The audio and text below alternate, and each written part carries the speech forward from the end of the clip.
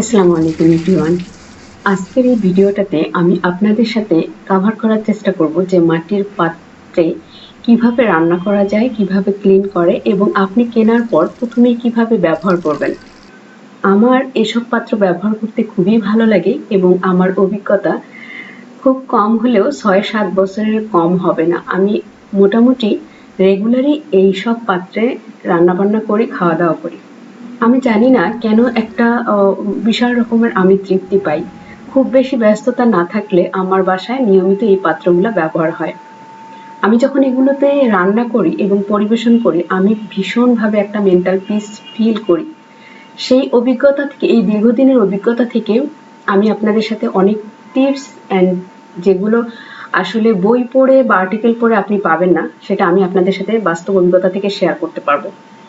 কারণ হচ্ছে যে আমি যখন কোনো কিছু প্রবলেম ফেস করছি তখন কুমারের কাছে গিয়েও আমি জিজ্ঞেস করে উত্তর পাইনি। যখন আমি নিজে নিজে প্রথম যখন ব্যবহার করছি অনেক হচ্ছে পাত্র ফুটে গেছে, ভেঙে গেছে, রান্না হয় নাই, অনেক কিছু হয়েছে যে আমি পারি নাই। তো এখন আমার কাছে একদম ডাল ভাতের মতো মনে হয়। যাই হোক, আজকে ভিডিওটা লম্বা হবে এবং যাদের এইসবে আগ্রহ আছে তারা ভিডিওটা স্কিপ করবেন না। আর যাদের আগ্রহ নাই, যে আপনি কখনো ব্যবহারই করবেন না, এটাতে কোনো আপনার ইন্টারেস্ট নেই, আপনি এখানেই ভিডিওটা ছেড়ে চলে যেতে পারেন। কারণ আমি আজকে পুরো ভিডিওটাতে আমি আপনাদের সাথে দেখাবো যে কিভাবে হচ্ছে মাটির পাত্রে রান্না করতে হয়, পরিষ্কার করতে হয়, শুরুতে কি করবেন এবং শেষে কি করবেন। তো হোপফুলি আমি আপনাদের এই পুরা জার্নিতে আপনাদের পাশে পাবো। আচ্ছা, আমার দেখতেই ভালো লাগতেছে যে আজকে আমি পুরা সবকিছু এবং সবকিছু যখন আমি মাটির পাত্রে রান্না করি তখন হচ্ছে যে বাঙালিয়ানি রান্নাগুলা করতে বেশ ভালো লাগে। কারণ আমার মনে হয় যে পাত্রের সাথে এটা হচ্ছে যায়। আচ্ছা, আর কথা না বাড়াই, এই পাত্রটা আমার বাসায় কিন্তু রান্না করা অনেক হাঁড়ি পাতিল আছে। শুধু আপনাদের সাথে শেয়ার করার জন্য আমি হচ্ছে সব থেকে একটা নতুন পাত্র নিয়ে আসছি। এটা একদমই নতুন, আমি একদিনও ব্যবহার করি নাই। ধরেন আমি কিনে নিয়ে আসলাম এটা আজকে। এইটাতে আজকে আমি ভাত রান্না করব। এই পাত্রটাতে 700 গ্রাম চালের মতো হচ্ছে ভাত রান্না করা যাবে। তো আমি হচ্ছে, আমাদের তো অতগুলা লাগবে না, আমি আজকে এখানে 400-450 গ্রাম চালের ভাত রান্না করব। পাত্রটা নিয়ে আসার পরে হচ্ছে যে আমি প্রথমে এটা হচ্ছে কি বলে, খুব রাফ স্কারবাব না, এগুলো হচ্ছে বাজার করার পরে যে নেট গুলো পাওয়া যায় না, সেগুলো নেট 5-6টা আমি একসাথে করছি। করার পরে এটা খুব ভালোভাবে ঘষে ঘষে ধুয়ে নিচ্ছি। খেয়াল করছেন যে এই ক্লিন করাতে আমি কিন্তু কোনো মানে ভীম ডিটারজেন্ট কোনো কিছু ব্যবহার করতেছি না। আপনি যখন এটা ক্লিন করবেন, যদি কালো পাত্রটা ব্যবহার করেন, আমার ব্যক্তিগতভাবে কালো পাত্র ব্যবহার করতে ভালো লাগে। এখানে একটা প্রশ্ন আসতে পারে যে আপু এগুলো কালো কেন, রং দেয়া কিনা? না, এটা রং দেওয়া না, এটা বিশেষভাবে তৈরি। এটা হচ্ছে যে চুলা, মাটির যে পাত্র বানানো হয় সেটা একদম 4 দিন চুলায় পর্যন্ত রাখা হয় এবং এই পাত্রটা খড় দিয়ে মুড়ায় দেওয়া হয় কালো করার জন্য, ধোঁয়া দিয়ে এটা কালো করা হয়। তো যখন আপনি পাত্রটা কিনে নিয়ে এসে আপনি ক্লিন করবেন তখন দেখবেন যে কালো কালো, আমি এটাও দেখাবো হয়তো শেষের দিকে দেখাবো, এটা রান্না করার পরে বা হতে পারে, আবার আগে তো অবশ্যই হবে। যখন ক্লিন করবেন তখন কালো পানিটা বের হবে, এটা হচ্ছে ছাই। এটা একটু বোঝার চেষ্টা করেন যে এটা পুরাটাই মাটি, এর সাথে কোনো কিছুই ব্যবহার করা হয়নি। একদম মানে একটা জিনিস তৈরি করতে যে একটা সাথে অন্য কিছু লাগে, মেডিসিন লাগে, কোনো কিছু নেই, এটা শুধুই মাটি। আর শুধু আগুন লাগছে। মানে এই পাত্রটা বানাতে 2টা জিনিসের প্রয়োজন হয়েছে। একটা হচ্ছে চুলা, যে চুলাটা বিশাল বড়, যেখানে 1000 একটা চুলায় একবার পোড়াতে প্রায় 1000 থেকে 5000 পর্যন্ত পাত্র পোড়াতে হয়, এত বড় চুলা। মানে আমি তো চুলার ভিতরে ঢুকছি, চুলার ভিতরে 10-15 জন মানুষ ঢোকা যাবে এরকম। তো হচ্ছে এই চুলা, আগুন আর হচ্ছে মাটি, আর কোনো কিছু না। তো এই মাটিটা যখন আমি মানে ছায়ে অনেক 4 দিন থাকে বা পোড়ানো হয়, তো এটা ক্লিন হতে কন্টিনিউস ছাইটা সে চুষে নেয়। তো আপনি যখন পানি দিয়ে ক্লিন করবেন তখন হচ্ছে যে কালো কালো পানিটা বের হবে, এটা সম্পূর্ণ মানে হচ্ছে খড়ের, তারপরে বিভিন্ন খড়ির, এগুলো ছাইটা, এটা 2-3 দিন ব্যবহার করার পরে এই কালো পানিটা আর বের হবে না। 2-3 দিন না, প্রথম দিনেই আপনি ক্লিন করলে যেটা দেখে অনেকে ভয় পায়, সেটা ভয় পাওয়ার কোনো কিছু না। তবে লাল পাত্রে কিন্তু এটা থাকে না, কালো পাত্রে এটা থাকে। কারণ কালো পাত্রটা দীর্ঘ সময় হচ্ছে চুলার ভিতরে থাকে। আপনাদের সাথে কথা বলতে বলতে আমি কিন্তু ভাত রান্না উঠাই দিছি। খেয়াল করেন, আমি যখন চুলাটাতে ভাত দিছি পানি কিন্তু আঙ্গুলের, মানে আমি একটু দেখাই দিছি, ভয় পাবেন না, এখানে পানি হচ্ছে পড়ে গেছে, কারণ আমি আজকে লাল চালের ভাত রান্না করতেছি, এই জন্য হচ্ছে যে পড়ে গেছে, এই জন্য এটা লাল দেখাচ্ছে। আপনারা আবার ভাবতে পারেন যে এটা লাল দেখাচ্ছে কেন, এটা ঢেকে চাটা চাল, এই জন্য লাল দেখাচ্ছে। ভাত রান্না করার পদ্ধতি হচ্ছে যে এখানে কোনো কিছু প্রসেস করতে হয় না, যেহেতু পাত্রের মধ্যে আমি পানি চাল একবারে দিব।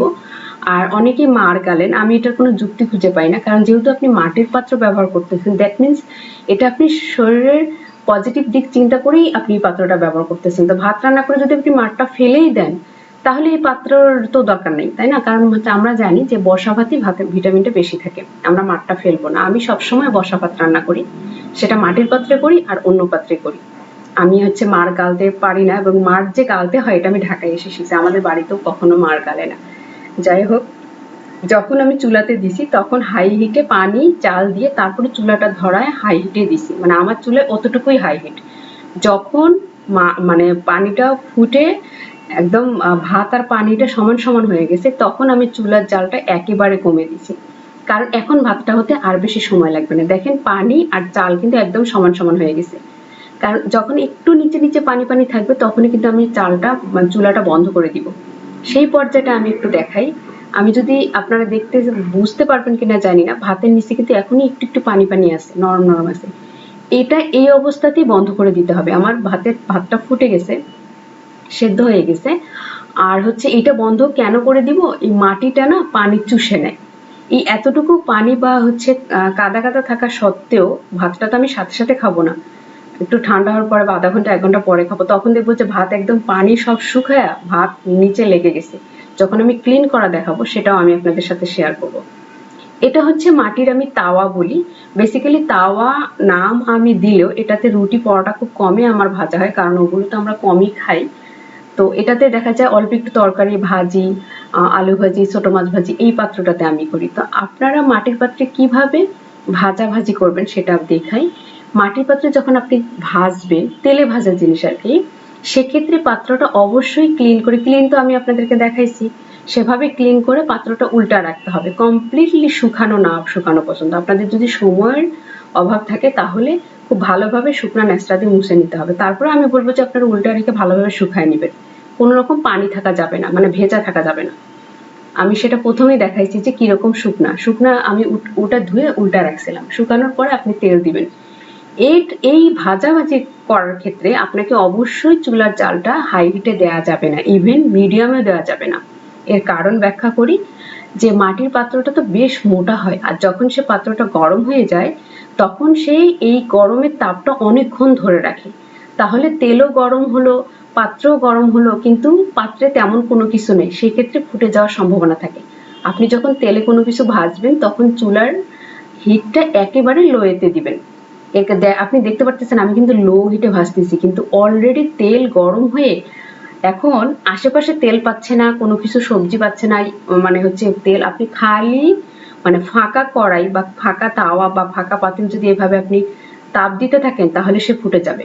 আর সাথে সাথে যদি কিছু রান্না করেন তাহলে কোনো কিছু হওয়ার সম্ভাবনা নেই। এই পাত্রটা খুব পজিটিভ দিক আছে, শারীরিক উপকারিতার কথা আমি আপনাদেরকে ব্যাখ্যা করবো না, কারণ এটা আপনারা সবাই জানেন। রান্নার সুবিধাটা হচ্ছে বেগুন ভাজিটা এত ভালো হয়, নন স্টিকি ফেল, কারণ হচ্ছে আমি এটাতে ভাজি তেলের ভাজার কাজ করি।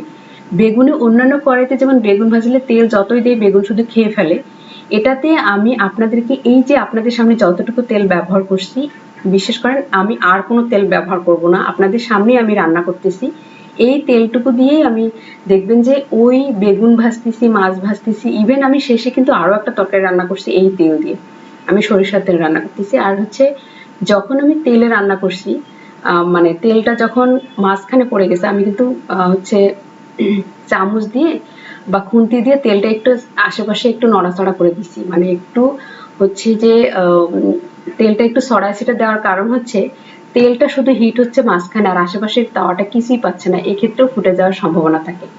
মোট কথা, আপনি যদি মাখা তরকারি ব্যবহার করেন, ডাল, সবজি, ভাত, এসব ক্ষেত্রে যারা একদম আনাড়ি, কিছুই বোঝে না, কিছুই জানে না, তারা মাটির পাত্রে রান্না করতে পারবে। আপনি অ্যাজ ইউজুয়াল যেরকম রান্না করেন সেরকমই করবেন। কিন্তু যখন আপনি তেলে ভাজতে যাবেন, ভুনা করতে যাবেন, তারপর হচ্ছে ডুবো তেলে ভাজাভাজি করতে যাবেন, সেক্ষেত্রে একটু নলেজের প্রয়োজন। ছোট ছোট কিছু ট্রিক্স মাথায় রাখলে এটা কমফোর্টেবলি করা যায়। আমার এই কড়াইটার বয়স অনেক দিন, সরি কড়াই না, তাওয়াটার বয়স অনেক দিন। তো এটা তেলের কাজ করতে করতে আপনারা দেখতে পারতেছেন এটা বেশ ননস্টিকের মতো হয়ে গেছে। কারণ মাটির পাত্র, যে কোনো পাত্র আপনি যখন প্রথম নিবেন তখন একটু হচ্ছে যে তেল খেতে বা তেলের একদম ননস্টিকি সফট হতে একটু সময় লাগে। তখন আপনি যদি 2-3 দিন ডুবো তেলের কোনো কাজ করেন তাহলে দেখবেন যে 2-3 দিন পরে আপনার পাত্রটা একদম সফট হয়ে গেছে, তেল তেল খেয়ে একদম সফট হয়ে গেছে খুব। আর তখন অল্প তেলেই আপনার রান্না বান্না হয়ে যাবে। আর হচ্ছে যে বেশি, কারণ প্রথম প্রথম তো একটু তেল চুষে নেয়, কারণ এটা তো মাটি আর কিছু না। মাটির একটা পাত্র হচ্ছে যে আপনি যখন ওখানে তেল ঢালবেন স্বাভাবিকভাবে ওই পাত্রটা বেশ মোটা, ওখানে তেলটা পুরাটাই চুষে নেবে। আর আমি তো অনেকদিন থেকে ব্যবহার করি, এই জন্য দেখা যায় অল্প তেলে রান্না হয়ে যায়, তেলটাও চুষে নেয় না। আর হচ্ছে মাছ ভাজলে খুব সহজেই উঠে যায়। প্রথম প্রথম নাও উঠতে পারে, তবে না ওঠার সম্ভাবনা খুবই কম যদি আপনি ডুবো তেলে আমার মতো এভাবে ভাজি করেন, তাহলে কোনো সমস্যা নেই। ওই যে বললাম যে আপনি যদি মেখে, এই জন্য যারা মানে মাটির পাত্র কেনে আমি তাদেরকে প্রথম উপদেশটা দিই যে আপনার যদি খুব কনফিডেন্টের অভাব থাকে, যে আপনি ভয় পাচ্ছেন, তাহলে আপনি ভাজাভাজি করিয়েন না, ভুনা করিয়েন না, আপনি হচ্ছে মাখা তরকারি রান্না করেন। এতে কোনো কিছু হাই হিটের কোনো কিছু না, আপনি হিট ইচ্ছা মতো দিয়ে করতে পারবেন, একটু ফোটা মানে ফুটে যাওয়ার ভেঙে যাওয়ার কোনো কিছু নেই। আমার আপনাদের সাথে কথা বলতে বলতে আমার পটল ভাজি মাছ ভাজি হয়ে গেছে, এখন আমি বেগুন দিছি।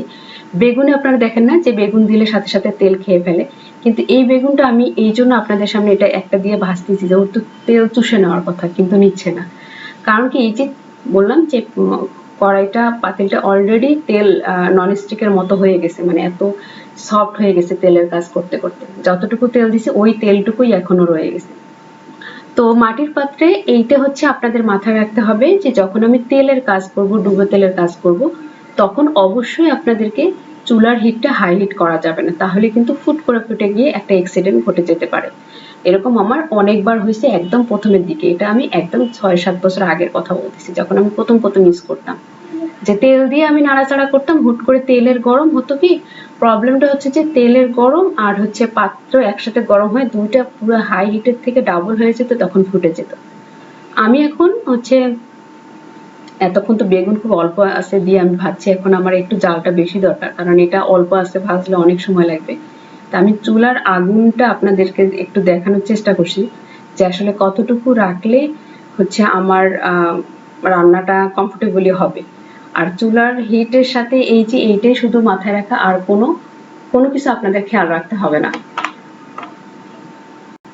আপনাদের সাথে কথা বলতে বলতে আমার হচ্ছে রান্না বান্না অলরেডি কতগুলো আইটেম করে ফেললাম, এবং আমি কোনো মানে এই ভিডিওটা কন্টেন্টটা বানানোর জন্যই আমি পুরো বিষয়টা এরকম না যে আমি রান্না বান্না শুধু একটু কথা বলেই গেছি, আমি রান্না দেখানোর চেষ্টা করছি এবং সেই সাথে বোঝানোর চেষ্টা করতেছি মাটির পাত্র কিভাবে আসলে ব্যবহার করতে হয়। যে সব রান্না করছি সেগুলো হচ্ছে এগুলো, বেগুন ভাজি করছি, পটল ভাজি, ইলিশ মাছ ভাজি, তারপরে এখানে ডিম ভর্তা আমি এই জন্য দেখাইছি যে ডিম ভর্তার যে পেঁয়াজ আর শুকনো মরিচের ভাজাটা সেটা এই পাত্রেই করছি, পটলের ভর্তাটাও আমি এই পাত্রেই করছি। আচ্ছা, এখন আমি দেখাই কড়াইয়ের ব্যবহার। এইটা কড়াইটাতে আপনি যে কোনো ধরনের মানে যে কোনো ধরনের রান্না বান্না করতে পারবেন, মাছ মাংস সবজি ভাজি সবকিছুই করতে পারবেন। আমি মাংসটা বেশি রান্না করি, কারণ হচ্ছে মাটির পাত্রে মাংস খুবই টেস্ট হয়, দ্রুত সেদ্ধ হয়, আর সবচেয়ে বড় কথা হচ্ছে যে মাংস হবার পরে যে আপনি পাত্রে রেখে দিলেন।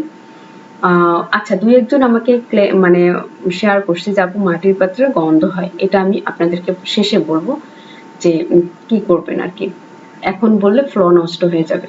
তো যে কোনো রান্নাবান্না অ্যাজ ইউজুয়াল আমরা যে কড়াইতে যেগুলো রান্না করি সব কিছু রান্নাবান্না আপনি এই কড়াইতে করতে পারবেন।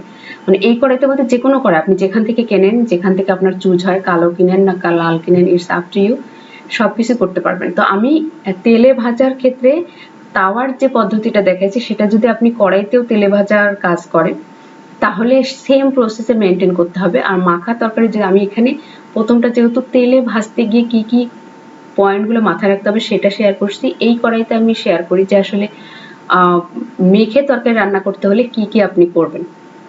অ্যাজ ইউজুয়াল ভাতের মতো যেভাবে আমরা ভাত রান্না করি কোনো টেনশন নেই, আমি এখন এখানে সবকিছু দিয়ে জাস্ট সবকিছু মেখে দিয়ে চুলাটা আমার এটাই হাই হিট, মানে এর থেকে আর বেশি আমার চুলা জ্বলে না আর কি। আচ্ছা, আমি আপনাদেরকে ভাতটা দেখাই, হচ্ছে আপনারা বুঝতে পারতেছেন কিনা, নিচে কিন্তু একটু কাদা কাদার মতো মানে একটু সামান্য পানি ছিল, যেটা ভাত পাতিলটা নামানোর সাথে সাথে ওই ভাতটা খাওয়া যেত না, মানে একদম অসুস্থ বা হচ্ছে বৃদ্ধ মানুষ, বয়স্ক মানুষ, তাদের জন্য মানে ভাতটা নয়। বাট আমি কিছুক্ষণ রেখে দিছি, তারপরে ভাতটা একদমই ঝরঝরা হবে। মোট কথা মাটির পাত্রে ভাত সাথে সাথে খাওয়া যাবে না। রান্না করে ০.৫ ঘন্টা আপনি রেখে দেন, অল্প একটু পানি সহ না, পানিটা গায়ে গায়ে লেগে আছে, নিচে চামচ দিয়ে দেখতে হচ্ছে, সেক্ষেত্রে ভাতটা দেখবেন যে একদমই ঝরঝরে হয়ে যাবে। সেটাই দেখানোর চেষ্টা করলাম। আর এদিকে আমার হচ্ছে আমি এখানে চিংড়ি মাছ দিয়ে বাঁধাকপি, টমেটো সবকিছু একসাথে মেখে উঠাই দিয়েছিলাম যে এটা একটা ভাজি করব। এই কড়াইটাও আমার নতুন, আমি আপনাদের সাথে শেয়ার করার জন্যই হচ্ছে যে আজকে নতুন কড়াই রান্না বান্না করতেছি। এই কড়াইটা আপনি আশেপাশে যদি দেখেন, ওই তাওয়ার থেকে কিন্তু এত বেশি সফট না, কারণ হচ্ছে প্রথমটা একটু রাফ রাফ টাইপের থাকে, কিছুদিন তেলের কাজ করলে বা রান্না বান্না করলে ওটা একদমই সফট হয়ে যায়। বাট এই কড়াইটা একটু বড়, এখানে প্রায় 2 কেজি 2.5 কেজি মাংস রান্না করা যায়। তো এখানে 1 কেজি মাংস আমি রান্না করতেছি। এই কড়াইটা হচ্ছে যে আপনি যদি আশেপাশে একটু খেয়াল করেন, এটা অনেক পুরাতন, হচ্ছে 3-4 বছর বয়স হবে এর। এখানে আমি মাংস রান্না করতেছি। এটা মোটামুটি ভালো, বললাম না তেলের কাজও করা যাবে। আমি এই কথা বলতে গিয়ে এই যে আবার ওই তাওয়াতে দেখাই, আমি যে তেল দিয়ে বেগুন ভাজি করছিলাম দেখলাম যে অনেকটুকু তেল বেঁচে গেছে। তো ওইটা দিয়ে আবার একটা ভাজি করছি, আবার ভাবলাম যে ওই তেল দিয়ে আরো একটু ডিম রয়ে গেছে, কারণ এই পাত্র থেকে ওই তেলটুকু আবার উঠায় নিব, আবার হচ্ছে একটা ডিম ভাজি করে একটা রেসিপি করছিলাম। এই যে দেখেন ভাতটা একদম নিচে লেগে গেছে, অথচ যখন আমি পাতিলটা নিচে নামাইছি তখন কিন্তু একদম ভাত পানি পানি ছিল, মানে এত বেশি লাগার প্রশ্নই আসে না। তো মাটির পাত্র পানিটা চুষে নেয়। ঠিক এই কারণে মাংস খেতে এত টেস্ট হয়, কারণ মাংসটা রান্না করার পরে আপনি যখন নামায় রাখবেন বা চুলা বন্ধ করে রাখবেন, সে অনেকক্ষণ এই হিটে মানে ধীরে ধীরে তাপে, মানে মাংস তো আপনারা জানেন, তরকারি তো আমরা স্লো হিটে যদি রান্না করি সেই তরকারির স্বাদ কিন্তু দ্বিগুণ হয়ে যায়। হাই হিটে রান্না করলে এক স্বাদ হয়, যেমন চাইনিজ রান্না সবসময় হাই হিটেই করতে হয়, আবার কিছু রান্না আছে স্লো হিটে করলে সেটার টেস্ট অনেক ভালো হয়। এই জন্য গরুর মাংস এত বেশি স্বাদ হয় মাটির পাত্রে, কারণ হচ্ছে আপনি রান্না করে রেখে দেন, রেখে দেওয়ার পরে হচ্ছে ওটা অনেকক্ষণ প্রায় 2-3 ঘন্টা একদমই গরম থাকে, মানে সেই গরম না, প্রথম প্রথম নামানোর পরে তো বুদবুদ করবে। ও আচ্ছা, এই যে মাটির পাত্রে আমি আপনাদেরকে বলছিলাম যে কালো পানি বের হতে পারে, এটা আপনার রং মনে করিয়েন না, আমি রান্না করার পরেও দেখেন একটু একটু কালো পানি বের হচ্ছে, এটা হচ্ছে, এবং আমি ধোয়ার সময় একটু কালো পানি বের হয়েছে। এটা হচ্ছে যে বললাম না যে কালো পাত্রগুলো প্রায় 4 দিন চুলার মধ্যে রাখা হয় ছাই টাই দিয়ে মোড়ানো, এর কালারটা কালো করার জন্য। এতে করে এই পাত্রগুলো অনেক বেশি টেকসই এবং রান্নার জন্য উপযোগী হয়, খুব ভালো কোয়ালিটির হয় এই কালো পাতিলগুলা। আমি কালোগুলাতেই বেশি রান্না করি, লালটা নাই বললেই চলে। লালটাতে ভাত বা কোনো কিছু রান্না করি বড় পাতিলে, বাট হচ্ছে যে কালো পাতিলটাই বেশি ব্যবহার করি। আরেকটা কথা এখন যেটা আমি বলতে চাইছিলাম আপনাদের সাথে, যে অনেকেই বলেন যে রান্না করলে কেন গন্ধ হয়। আমারও এরকম 1-2 বার অভিজ্ঞতা হয়েছে। আমি একবার সেই প্রথমের দিকে রাস্তার সাইড থেকে একটা লাল কড়াই নিয়েছিলাম। সেই কড়াইটা আপনারা দেখবেন যে ব্রাশ দিয়ে যেমন স্প্রে করলে যেরকম রং রং মিশিয়ে দেওয়া থাকে, সেরকম লাল পাতিলের মাঝখানে মনে হচ্ছে যে ব্রাশ দিয়ে রং হচ্ছে কালো রং একটু মিশাই দিছে। সেই পাত্রগুলো ভয়ঙ্কর রকম, তরকারি রান্না করলে আপনি জানেন তরকারি গন্ধ হবে। আর প্রথম প্রথম আপনি যদি রান্না করবেন তাহলে রান্না করার সাথে সাথেই বাটিতে তুলে রাখবেন, কারণ একটা মাটির একটা যে স্মেল আছে সেটা আর তরকারির সাথে মিশে যাবে না। এটা তুলে রাখলে কোনো কিছু হবে না। আর কিছু কোয়ালিটিরও ব্যাপার আছে, সে কারণে মাটির পাত্র অনেক সময় গন্ধ হয়, কিন্তু নর্মালি আসলে না, মাটির পাত্র কোনো কিছুই গন্ধ হয় না, যদি ওটা রং না থাকে। রং থাকলে কিন্তু মাটির পাত্র গন্ধ হয়। সবাই ভালো থাকবেন, আল্লাহ।